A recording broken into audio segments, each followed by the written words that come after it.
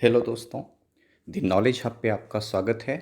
और आज की इस वीडियो में मैं डिस्कस करने जा रहा हूँ प्रेसिडेंट पॉलिटी का बहुत ही इम्पोर्टेंट टॉपिक। कॉन्स्टिट्यूशन में पार्ट 5 पूर्णतया यूनियन से रिलेटेड जो इकाई है उसको समर्पित है, जो संघ की इकाइयाँ हैं। जैसे कहा जाता है कि डेमोक्रेसी के 3 पिलर्स हैं, एग्जीक्यूटिव, लेजिस्लेटिव और जुडिशरी। ये जो कार्यपालिका, विधायिका और न्यायपालिका है, इसका पूरा विवरण संविधान में पार्ट 5 में है, भाग 5 में है। और उसमें सबसे पहले शुरुआत होती है प्रेसिडेंट से। प्रेसिडेंट को आर्टिकल 52 से लेकर आर्टिकल 62 समर्पित है संविधान में। आर्टिकल 52 से स्टार्ट होता है, हालांकि पार्ट 5 जो है वो आर्टिकल 52 से लेकर आर्टिकल 151 तक है। तो खुद ही आप सोच सकते हैं कि करीब 100 आर्टिकल्स जो हैं, पूरा पूरा 100 आर्टिकल्स, ये कॉन्स्टिट्यूशन के पार्ट 5 में है। तो इसलिए ये काफ़ी इम्पोर्टेंट हो जाता है। दोस्तों, और भी वीडियोस मेरे चैनल पर अवेलेबल है पॉलिटी के। आप मेरे चैनल पर जाकर आप पॉलिटी वीडियोस में सर्च करेंगे तो आपको दूसरे भी वीडियोस आपको अवेलेबल है, वहाँ पर आप वो देख सकते हैं। और इस वीडियो के डिस्क्रिप्शन में भी मैं उसका लिंक डाल दूँगा। तो चलिए स्टार्ट करते हैं। प्रेसिडेंट जो है वो यूनियन एग्जीक्यूटिव और पार्लियामेंट और सुप्रीम कोर्ट, ये पार्ट 5 में है। और उसमें प्रेसिडेंट को यूनियन एग्जीक्यूटिव का भी पार्ट माना गया है और पार्लियामेंट का भी हिस्सा माना गया है। इसके बाद पार्ट 5 में आर्टिकल 52 से लेकर आर्टिकल 151 तक है।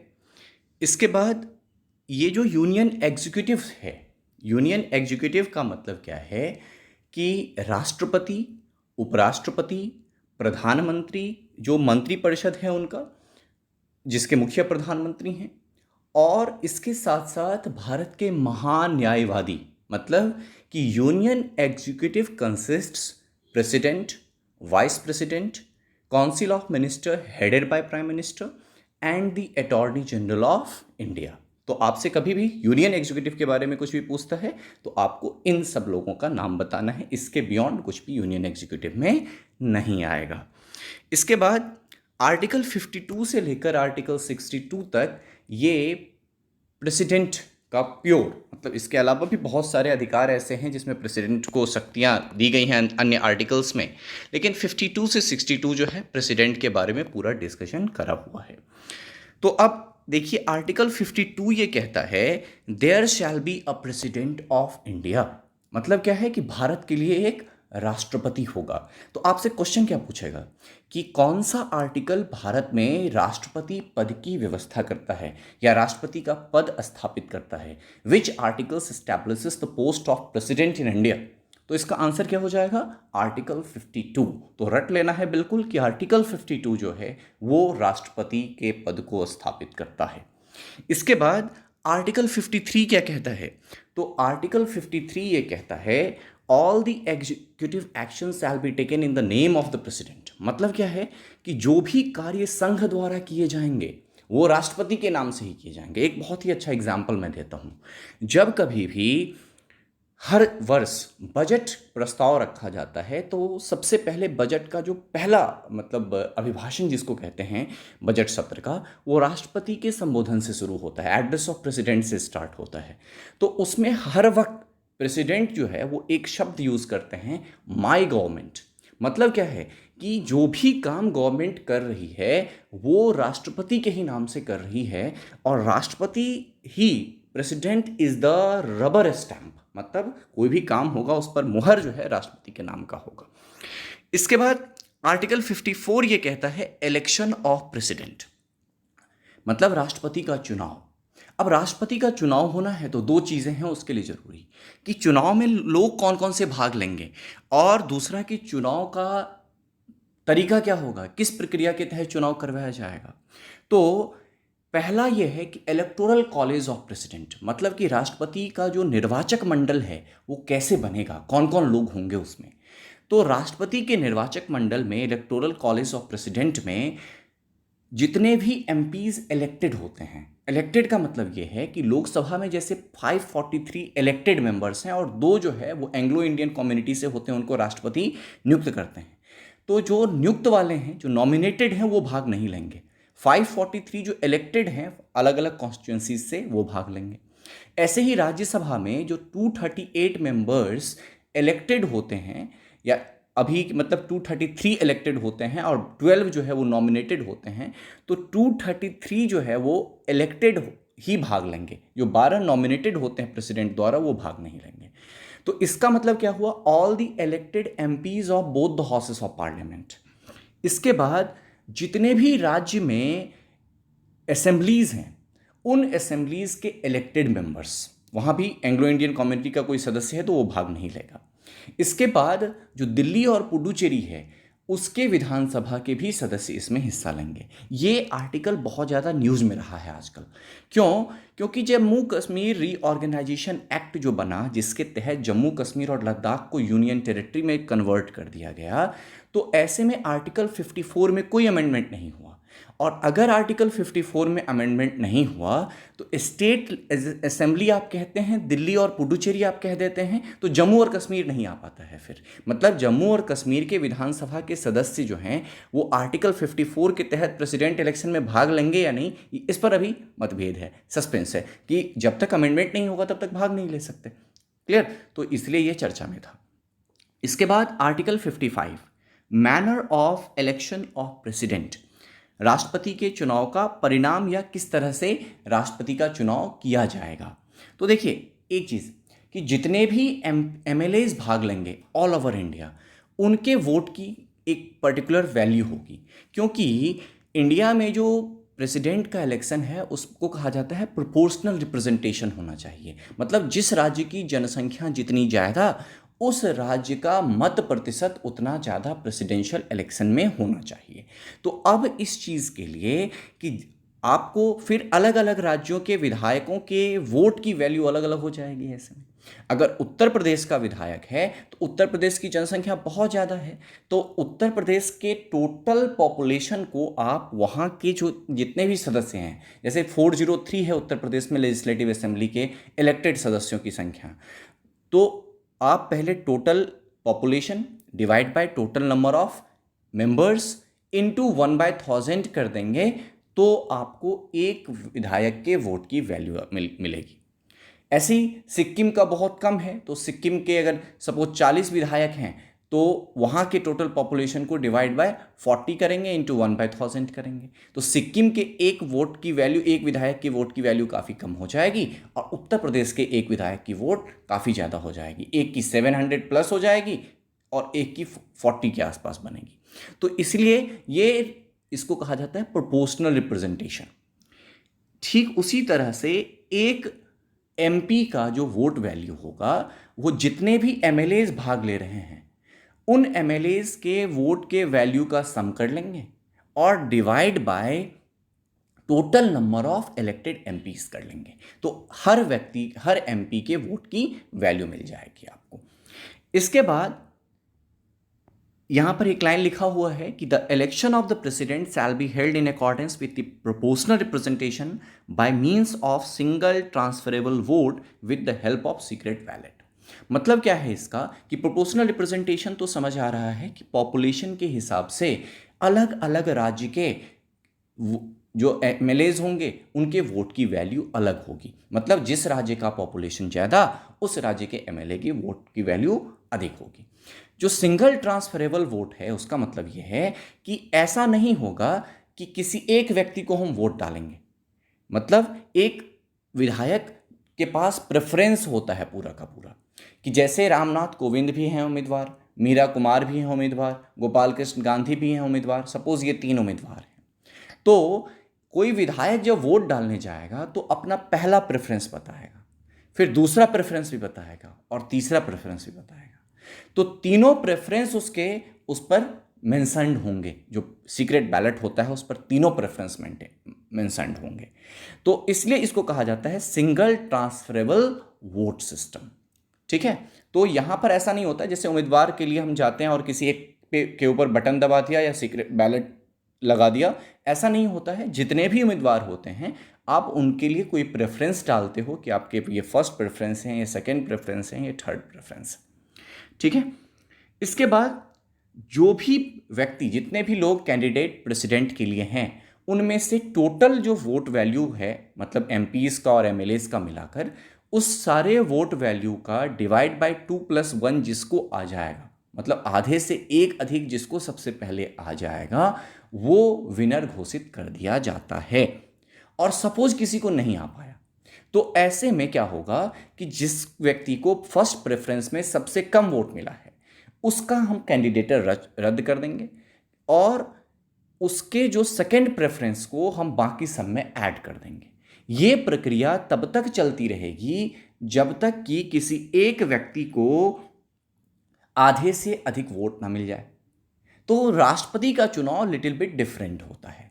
सबसे पहले तो इसमें एमपीज और एमएलएज भाग लेते हैं। इसके बाद एमपीज के वोट की वैल्यू अलग होती है और एमएलएज के वोट की वैल्यू अलग होती है।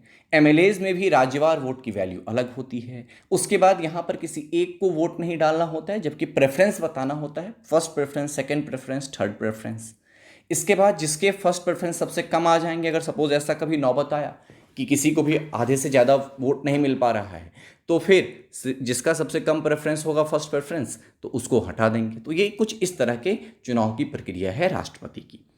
इसके बाद तो यही लिखा हुआ है, the above process will be continued till any candidate cross the half of the total votes. तो आई थिंक अब आपको समझ में आ गया होगा कि राष्ट्रपति के चुनाव की प्रक्रिया कैसे होती है।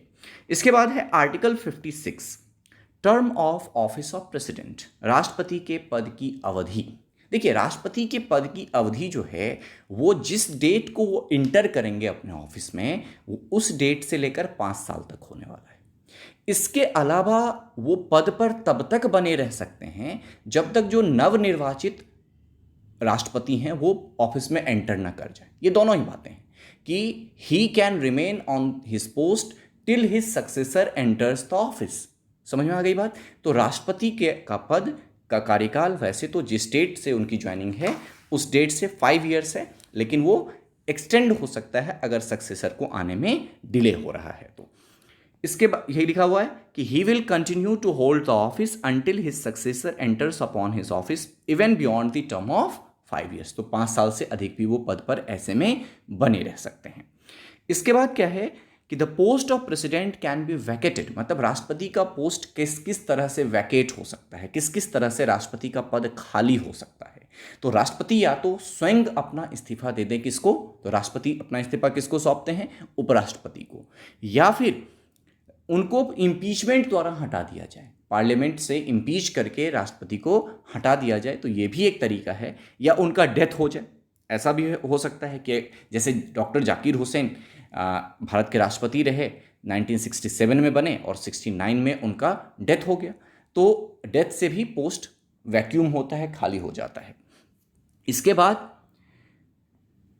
अगर राष्ट्रपति का पद वैकेंट होता है, अगर राष्ट्रपति का पद खाली होता है, तो ये प्रावधान है कि 6 महीने के भीतर ही राष्ट्रपति का चुनाव करवाना अनिवार्य है। मतलब कि सपोज कि राष्ट्रपति का ने इस्तीफा दे दिया आज, तो उपराष्ट्रपति ज़्यादा से ज़्यादा 6 महीने तक भारत के राष्ट्रपति के पद के रूप में रह सकते हैं कंटिन्यूसली, अदरवाइज इलेक्शन करवाना मैंडेटरी है। ठीक है, इलेक्शन करवाना ही करवाना होगा 6 महीने में। आर्टिकल नंबर 57, देखिए आर्टिकल नंबर 57 कहता है एलिजिबिलिटी ऑफ री इलेक्शन। मतलब क्या है कि भारत में कोई भी व्यक्ति अगर एक बार राष्ट्रपति बनता है तो वो कितनी बार और भी बन सकता है। ऐसा नहीं है कि जैसे यूएस में प्रावधान है क्या कि कोई भी व्यक्ति 2 बार से अधिक राष्ट्रपति नहीं बन सकता है। जैसे बराक ओबामा थे इससे पहले, तो वो भी 2017 में उनका एंड हो गया, 9 से लेकर 17 तक, क्योंकि 8 साल वहाँ 4 ईयर्स का होता है, तो 2 टर्म रहे थे। तो ऐसा इंडिया में नहीं है। इंडिया में कोई भी व्यक्ति चाहे तो 10 बार भी लगातार प्रेसिडेंट बन सकता है, या बीच में रुक के भी फिर से प्रेसिडेंट बन सकता है।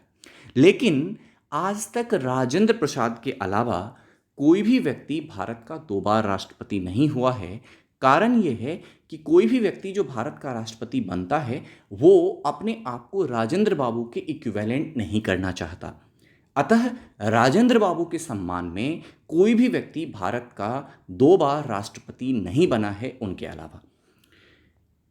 Article number 58, qualification for election as president मतलब क्या है कि राष्ट्रपति के रूप में चुनाव के लिए योग्यता। तो ये क्या कहता है कि to be the president of India a person, राष्ट्रपति बनने के लिए भारत के किसी भी व्यक्ति को क्या होना चाहिए? सबसे पहले तो must be citizen of India, भारत का नागरिक होना चाहिए। इसके बाद has completed the 35 years of age, 35 वर्ष की आयु वह पूरी कर चुका हो, ये भी है इसका। इसके बाद must be qualified to be member of Lok Sabha. इसका मतलब क्या हुआ कि उसको, जैसे जो व्यक्ति भारत का राष्ट्रपति बनना चाहता है तो लोकसभा में जैसे एलिजिबिलिटी क्या होनी चाहिए कि अगर वो लोकसभा का चुनाव लड़ सकता है, मतलब क्या है कि भारत के न्याय व्यवस्था के द्वारा उसको 2 साल से अधिक की सज़ा ना मिली हो हाल के वर्षों में, या 2 साल से अधिक कैद की सज़ा ना मिली हो, तो जिस तरह से एमपी बनने के लिए जो प्रावधान है, डिस्क्वालिफिकेशंस हैं, वो राष्ट्रपति के ऊपर भी लागू हो जाएगा लोकसभा का ना। इसके बाद student hold office of profit, ये लाभ के पद पर नहीं होने का मतलब क्या है? लाभ का पद, हालांकि संविधान में कहीं इसकी व्याख्या नहीं की हुई है, लेकिन सुप्रीम कोर्ट का जो बार बार वर्डिक्ट आया है उससे लाभ के पद को हम कह सकते हैं कि वैसा कोई भी पोस्ट जिसका डायरेक्ट या indirect finance government of India या किसी तरह के स्टेट अथॉरिटी या गवर्नमेंट ऑफ किसी स्टेट गवर्नमेंट द्वारा होता हो, तो डैट इज कॉल्ड लाभ का पद या office of profit. Article number 59, conditions of president office, मतलब प्रेसिडेंट के ऑफिस की जो कंडीशंस हैं या कार्यकाल की शर्तें हैं, तो वो चीज़ें आपको आर्टिकल 59 में मिलेंगी। आर्टिकल 59 में वो तमाम चीज़ें मिलेंगी। ये इतना इंपॉर्टेंट आपके लिए नहीं है एग्जाम पॉइंट ऑफ व्यू से, लेकिन फिर भी कंडीशंस ऑफ प्रेसिडेंट ऑफिस की, प्रेसिडेंट के ऑफिस में किस तरह से क्रियान्वयन होगा, किस किस तरह से काम किए जाएंगे। आर्टिकल नंबर 60, ओथ और अफर्मेशन बाय द प्रेसिडेंट, तो राष्ट्रपति को किस तरह के ओथ लेने होंगे और किस तरह की शपथ लेनी होंगी, ये पूरा का पूरा आर्टिकल नंबर 60 में लिखा हुआ है, और उसी आधार पर चीफ जस्टिस ऑफ इंडिया राष्ट्रपति को ओथ दिलवाते हैं, शपथ दिलवाते हैं। आर्टिकल नंबर 61, आर्टिकल नंबर 61 बहुत ज़्यादा इंपॉर्टेंट है। क्यों? क्योंकि ये है procedure for impeachment of the president. दोस्तों, एक चीज़ आपको और ध्यान रखना है कि बार बार ये चीज़ें उठती हैं कि इम्पीचमेंट ऑफ जज और इम्पीचमेंट ऑफ सुप्रीम कोर्ट जज। इम्पीचमेंट शब्द केवल और केवल एक व्यक्ति के लिए यूज होगा पूरे भारत में, वो है राष्ट्रपति। दूसरे किसी भी पोस्ट पर बने हुए व्यक्ति को इम्पीचमेंट से नहीं हटाया जाता है। तो इम्पीचमेंट जो है, महाभियोग जो है, महाभियोग प्रस्ताव जो है, वो केवल और केवल राष्ट्रपति के खिलाफ लाया जाता है। अब ये आर्टिकल 61 में है कि अगर लगता है कि राष्ट्रपति संविधान के अनुसार काम नहीं कर रहे हैं, या राष्ट्रपति, कभी कभी ऐसा भी होता है कि मानसिक रूप से विक्षिप्त हो गए हैं, तो भी वो, चूंकि प्रेसिडेंट का काम है हर जगह पर उनको सिग्नेचर करना है, तो भी ऐसा डिसीजन लिया जा सकता है पार्लियामेंट के द्वारा।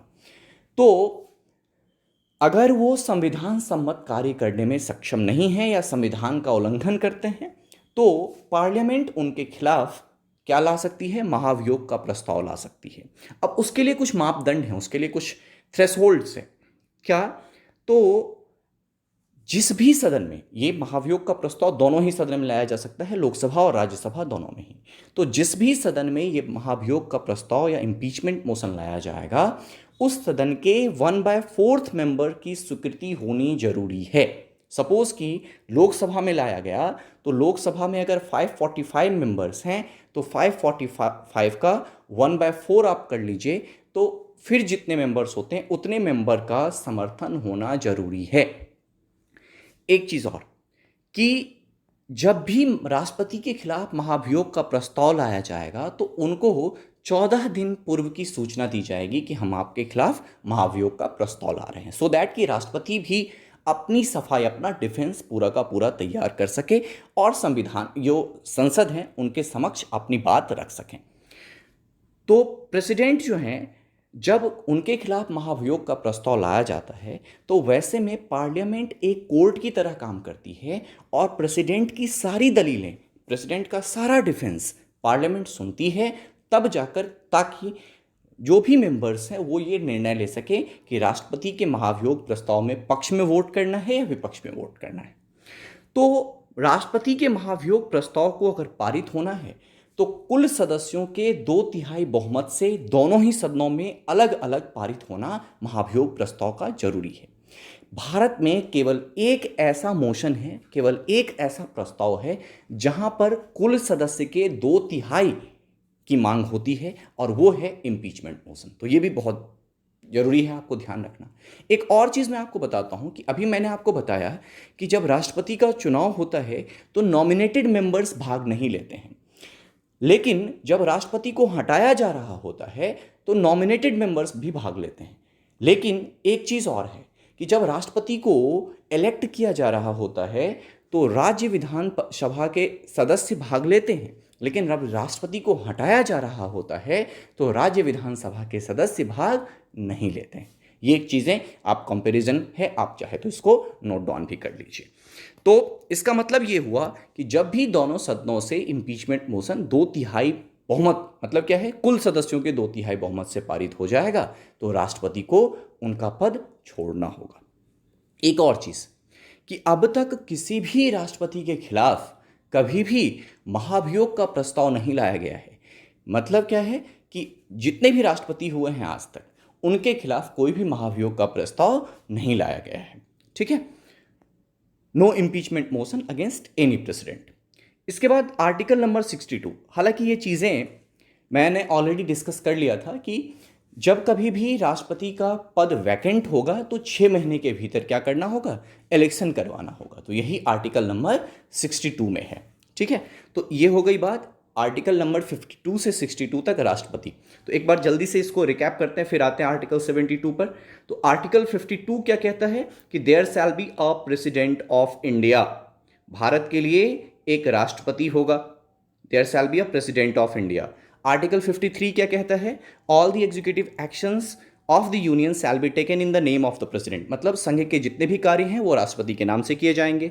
आर्टिकल 54 क्या कहता है कि राष्ट्रपति का चुनाव में कौन कौन लोग भाग लेंगे, electoral college of the president. Article 55 कहता है कि राष्ट्रपति के चुनाव की प्रक्रिया कैसे होगी, किस तरह से वोट की वैल्यू होगी एमपीज और एमएलएस की। इसके बाद आर्टिकल 56 कहता है कि राष्ट्रपति का जो टर्म ऑफ ऑफिस है, कितने वर्ष के लिए राष्ट्रपति का चुनाव होगा, कितने वर्ष तक वो पद पर बने रहेंगे। इसके बाद आर्टिकल 57 कहता है कि राष्ट्रपति बार बार भारत के में चुनाव मतलब री इलेक्शन में वो भाग ले सकते हैं। ऐसा नहीं है कि एक बार राष्ट्रपति बन गए तो दोबारा नहीं बन सकते। इसके बाद आर्टिकल 58 कहता है कि राष्ट्रपति बनने के लिए पात्रता क्या क्या होनी चाहिए, क्वालिफिकेशन क्या क्या होनी चाहिए। आर्टिकल 59 कहता है कि राष्ट्रपति के कार्यकाल की शर्तें क्या क्या होंगी, ऑफिस के जो कंडीशंस होते हैं वो क्या क्या होंगे। और आर्टिकल 60 शपथ की बात करता है, oath and affirmation of the president की बात करता है। और article 61 most important, impeachment of the president. और आर्टिकल 62 ये वैकेंसी के केस में कि किस तरह से वैकेंसी फिल की जाएगी राष्ट्रपति के पद की। इसके बाद देखिए कि पार्डनिंग पावर है आर्टिकल 72 में, क्षमा शक्ति है। ये बहुत ही इंपॉर्टेंट है, बहुत बार आपको क्वेश्चंस मिलेगा। और एक और चीज़ है कि एसएससी या यूपीएससी के प्रीलिम्स में क्वेश्चंस तो दिखेंगे ही आपको, साथ के साथ मेंस एग्जाम की अगर आप राइटिंग कर रहे हैं यूपीएससी का या स्टेट पीसीएस का, तो वहाँ पर भी आपको इन आर्टिकल्स को ध्यान रखना है, सो दैट आर्टिकल्स जब आप यूज़ कर लेते हो डायरेक्ट तो वो ऑटोमेटिकली एक ब्यूटिफिकेशन इन योर आंसर हो जाता है। तो 5 तरह की क्षमा शक्ति दी हुई है आर्टिकल 72 में राष्ट्रपति को। पहला है पार्डन। पार्डन का मतलब क्या है कि पूर्णतया जब सुप्रीम कोर्ट ने कह दिया किसी व्यक्ति को मृत्युदंड हम दे रहे हैं, तो अब उसके पास मर्सी पिटीशन दायर करने की बात होती है। मर्सी पिटीशन कहाँ दायर कर सकते हैं, तो राष्ट्रपति के पास, क्षमा याचना जिसको कहते हैं। तो ऐसे में राष्ट्रपति जो है वो अगर पार्डन यूज़ कर लेते हैं तो उस व्यक्ति के ऊपर से पूर्णतया आरोप हटा लिया जाता है, पूर्णतया क्षमा कर दिया जाता है उसको। इसके बाद अगर पूर्णतया क्षमा नहीं करते हैं तो और क्या ऑप्शंस हैं उनके पास, तो सेकंड है कम्यूटेशन। पार्डन का मतलब हो गया क्षमा, और कम्यूटेशन का मतलब है लघुकरण, कि सजा को हल्के रूप में परिणत कर देना। मतलब क्या है कि किसी व्यक्ति को 10 साल का जेल मिला है, आप सुनते होंगे कैदे बामशक्कत या सश्रम दंड या रिग्रेस इम्प्रिजनमेंट, मतलब कैद के साथ साथ उनसे बहुत कठिनाई से काम भी करवाया जाएगा, कठिन काम भी करवाया जाएगा।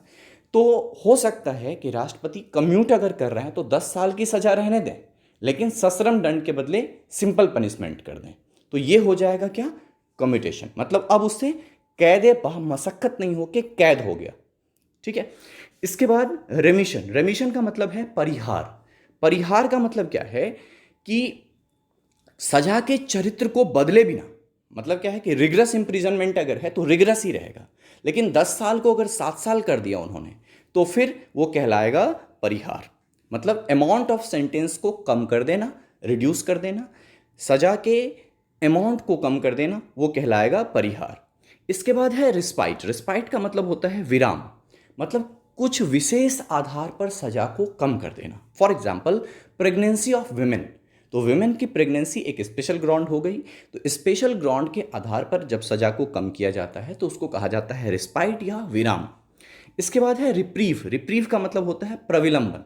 किसी तथ्य के आधार पे या ऐसा लगता है कि इस व्यक्ति के जो प्रोसीड्योर थे, जो जिस कारण से इनको मिली है सजा, उसमें अभी भी कुछ त्रुटि रह गई है, ऐसा राष्ट्रपति को अगर लगता है तो कुछ समय के लिए वो उसके पनिशमेंट को स्थगित कर सकते हैं, टेम्पररी सस्पेंशन कर सकते हैं उसके पनिशमेंट का, और वो कहलाता है रिप्रीव।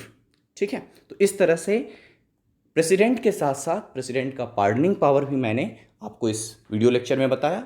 तो आप प्लीज़ मेरे चैनल को लाइक कीजिए, सब्सक्राइब कीजिए, दूसरे भी वीडियोस मेरे चैनल के आप जरूर देखिए, और कोई भी अगर क्वेरी हो तो आप प्लीज़ कमेंट बॉक्स में डालिए। Thank you so much.